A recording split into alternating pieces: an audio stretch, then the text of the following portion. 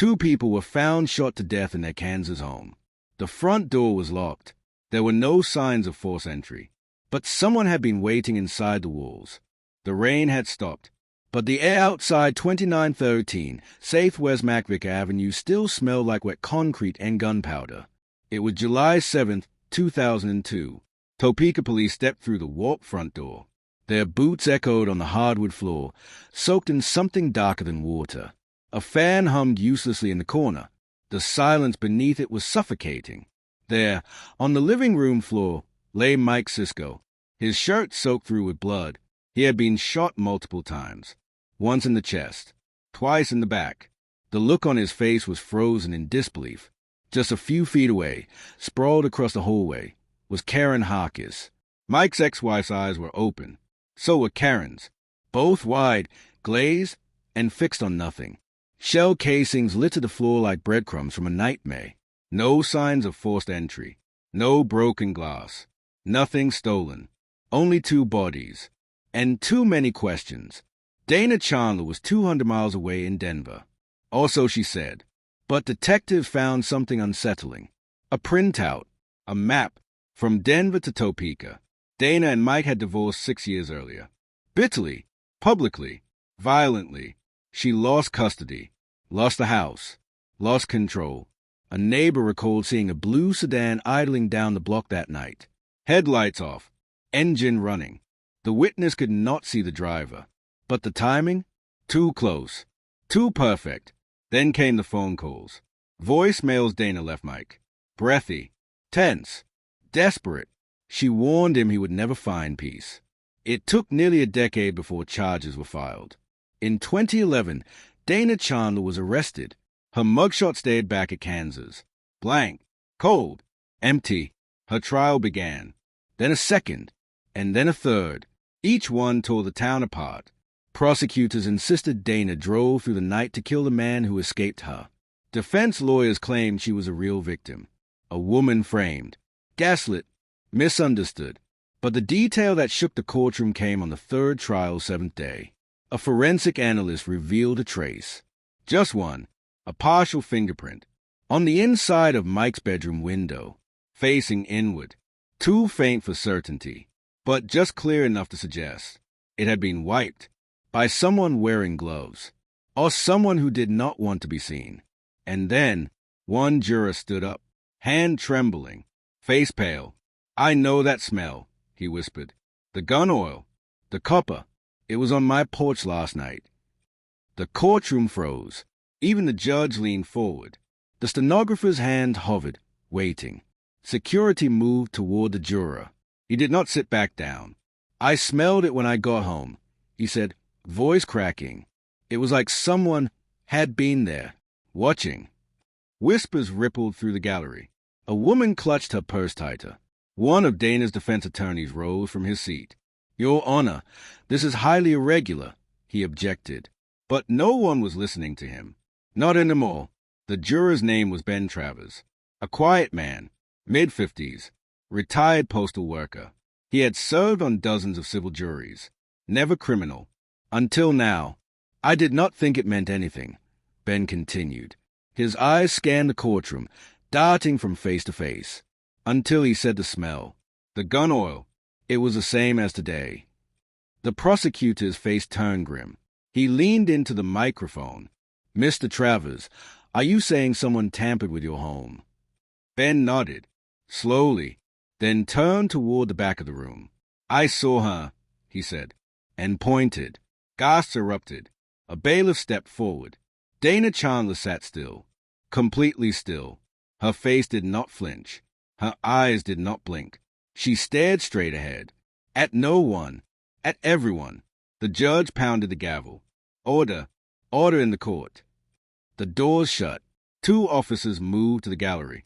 The tension, thick as syrup, clung to every breath. A clerk whispered something to the judge. He nodded, looked down at his bench, then back up at Dana. "Ms. Chandler," he said carefully, "did you leave the courthouse last night?" Dana finally moved. She turned her head, not toward the judge, but toward the juror. She smiled. The room recoiled. A small, tight smile. like the curl of smoke from a still-hot barrel. "No," she said. Her voice was clear, measured, devoid of emotion. "I never left." Ben stepped back. He gripped the wooden rail behind him, his knuckles white. "She was there," he said again, more softly. "I felt it. I know it." The defense objected again, but the judge silenced them. "You will be excused," he told the juror. "Now." Ben was led out of the courtroom. His footsteps echoed like gunshots in the silence. Outside, the wind had picked up. Thunder rolled low over the Kansas plains. Inside, the court resumed. But something had shifted. The trial no longer belonged to logic, or law, or evidence. It belonged to Faye. An investigator took the stand next. He held up a manila envelope. Inside was a photograph of a receipt, gasoline, purchased 2 nights before the murder, in Salina, Kansas, halfway between Denver and Topeka. Purchased with a card registered to Dana Chandler. At 2:18 a.m., the defense lawyer shot up. That receipt was never entered into discovery. The prosecutor raised both hands. "It was recovered 2 days ago," he said, "from a safe deposit box in Wichita, registered under a false name." The judge's face tightened. A vein rose along his temple. But the photo was passed to the jury, and the silence that followed was not of confusion. It was realization. Dana Chandler sat calmly, her hands folded in her lap. The corners of her mouth curled again, just slightly. Then her eyes moved, to the gallery, to the hallway, to the door. A crash came from the lobby, a scream, then the unmistakable sound of a radio crackling to life. Every head turned. A bailiff ran toward the sound. Then the courtroom phone rang. Once, twice, 3 times. The judge picked it up, his face drained of color. He said nothing, just lowered the phone, and stared at Dana. "The house," he whispered. "It is on fire." A second scream rang out, this one from the hallway. The juror's wife had just arrived. She could not find him, only the faint trace of oil, and a matchpick, still warm, lying in the front seat of her car. The courtroom doors burst open. Smoke drifted in behind the bailiff. Not real smoke, but the scent. Ash, burned plastic, char. Someone in the gallery began coughing. Another stood up, pale, shaking. The judge rose from his bench. He looked at Dana, then at the prosecutor, then back to Dana. "What is happening?" he asked, not to her, but to no one. Dana Chandler's gaze followed the smoke. She tilted her head slightly, like she was listening to something only she could hear. Outside the courthouse, sirens wailed. Not just one, several, getting closer. In the hallway, footsteps thundered. A marshal shouted orders. "Secure the exits. Nobody in or out." The prosecutor leaned in toward the judge, whispered something that made the judge flinch. "Are you certain?" the judge asked aloud. The prosecutor hesitated, then nodded. They found another envelope, in the same box. He pulled it from his briefcase, unsealed. Inside, a second receipt. A hardware store. Rope, plastic sheeting, duct tape, purchased in Denver. The date, 3 days before the murders. Dana blinked slowly, as if bored, as if all of this was a dress rehearsal. Then a new voice broke the tension. A young deputy rushed to the front of the courtroom. He looked barely 20. His uniform was too large. His voice cracked as he spoke. "We have a situation," he said. His eyes never left Dana. There was a second fire, at the home of the court clerk. Another ripple of gasps. The judge slammed the gavel again. "What do you mean, a second fire?" "His garage," the deputy said, "went up just after the first. No injuries, but there was something on the wall." He hesitated, then took out his phone, held it up. On the screen, a photograph, the back wall of the garage, charred, blackened, but legible. 3 words, spray-painted in red. No verdict yet. The judge froze. His hand clenched the edge of the bench. The jury sat paralyzed. One woman began crying softly. Another clutched the crucifix around her neck. Then, without a word, Dana Chandler stood, Two officers moved in to restrain her, but she held up her hands. Calm. Deliberate. I would like to speak, she said. Her voice low. Even. The judge hesitated. No jury, he said slowly. Not while this continues. The courtroom emptied in tense silence. Only the judge, attorneys, bailiffs, and Dana remained. Rain began tapping at the windows again. Soft at first, then harder. Dana smiled again. I did not light the fires, she said. Her tone was flat, matter-of-fact. But you understand now what it feels like. The prosecutor stepped forward. What feels like, Ms. Chandler? Dana turned her head, to lose control. A crack of thunder silenced the room. I was erased, she said. No voice, no children, no name. And now, she looked directly at the judge, eyes like frost, voice almost a whisper. You have all lost something too. In the hallway, another alarm sounded. Closer, shrill, piercing. The fire was not finished, and Dana Chandler was not done. You said, continue where you stopped 7,000 characters. ChatGPT said, continuation of what did Dana Chandler do? Inside the triple trial murder case that divided Kansas. The lights flickered overhead. Once, then again. The emergency generator kicked in with a low groan. The bulbs buzzed with static. A cold glow fell over the courtroom. Outside, the sky turned the color of bruised steel. Wind howled through the courthouse breezeway. Papers scattered across the hallway like dry leaves. Inside, Dana Chandler stood motionless. Still cuffed. Still silent. One of the attorneys whispered, "We need to evacuate." But the judge raised his hand. Not yet. He stared at Dana, as if trying to read a language he had never learned. Are you threatening this court? Dana's mouth barely moved. I'm remembering. She looked down at the floor, then toward the empty jury box. You think this started in 2002, she said. You are wrong. She lifted her eyes, voice flat, detached. It started the day I stopped being real to him. A bailiff shifted uneasily by the door. He had his hand on his holster, just resting there. Ms. Chandler, the prosecutor said, where were you last night? Dana blinked, tilted her head again. I never left. The juror says otherwise. He is afraid, she said. So are you. The rain outside turned violent. Water streaked down the tall courthouse windows like veins. The young deputy from before returned. His face was pale, eyes wide. We found something else, he said, his voice barely a whisper. He held a small black flash drive in a plastic bag. It was taped under the juror's seat. The judge motioned him forward. The courtroom projector flickered to life. Static. A few garbled seconds of black screen. Then, a home video. Grainy. Dated. Timestamped July 3rd, 2002. The camera pointed at a quiet street. A blue sedan. The same make and model Dana had once driven. It idled outside the house. Lights off. Motionless. Then, a figure stepped out. Not clearly visible, but moving with purpose. Dark clothes. Dark hair pulled back. She moved to the passenger side. Lifted something from the seat. Long. Wrapped in cloth. The camera zoomed slightly. The resolution worsened, but not enough to hide the woman's face. When she looked up and stared directly at the lens, gasps filled the room.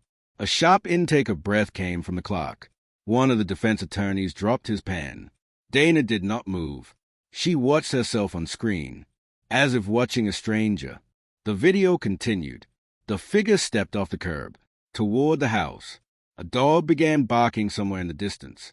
Then the screen went black. The room was silent. Only the wind and the far-off cry of another siren reminded anyone that time was still passing. The judge exhaled slowly, turned to Dana. Do you deny this footage is of you? Dana looked at him, expressionless, then leaned slightly forward, just enough for the handcuffs to clink against the table. Do you believe in ghosts, Judge? The judge stared at her, unmoving. No, she continued, voice almost too calm. Then what do you call the thing that follows you home at night? The overhead lights went out. Completely. Darkness swallowed the room. A scream rose from the hallway. Then footsteps.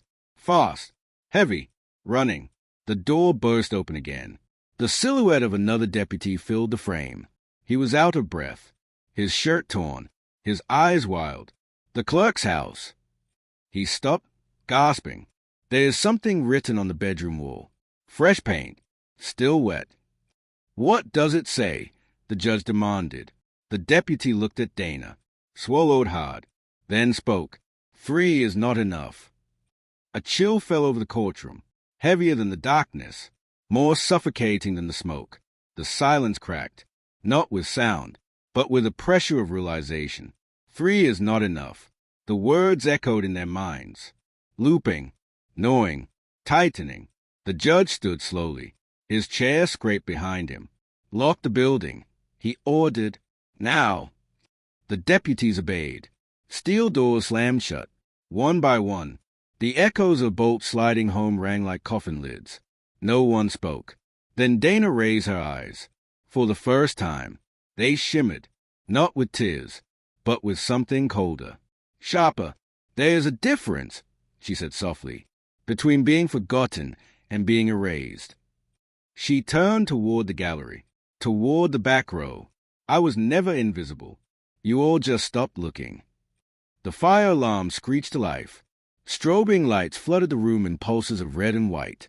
The projector screen blinked on again, but no one had touched it. A new image, a still frame. It showed the exterior of the courthouse, taken from across the street, from a second-story window. Timestamp, 6:03 a.m. That morning, at the bottom right corner of the frame, a shape, standing, facing the building, a woman, same black coat, same dark braid, but her face, blurred, not from motion, from something else, as if the camera itself had refused to remember her. The judge staggered back a step. His lips parted, but no words came out. One of the bailiffs made the sign of the cross. The prosecutor whispered, "She was already here." Then the hallway lights flickered and went out again. Something slammed into the courtroom door from the other side. Not a fist, not a boot. Something slower, heavier, dragging. A second bang. Closer. A thin crack split the wood panel. The handle jiggled once, then stopped. The deputy nearest the door drew his weapon, raised it with shaking hands. "Who's there?" he called. No answer. The judge turned to Dana. "What is going on?" She tilted her head again. Her voice dropped to a whisper. "You opened the door, Your Honor." The door handle turned. Not fast, not forced, just turned. Then came a sound that no one could place. A slow grinding hum. Not mechanical, not human, like something waking up that had been buried too long. Dana smiled again, but not at them, at something only she could see. And then she spoke, so quietly, only those nearest her heard. They were never supposed to find the fourth.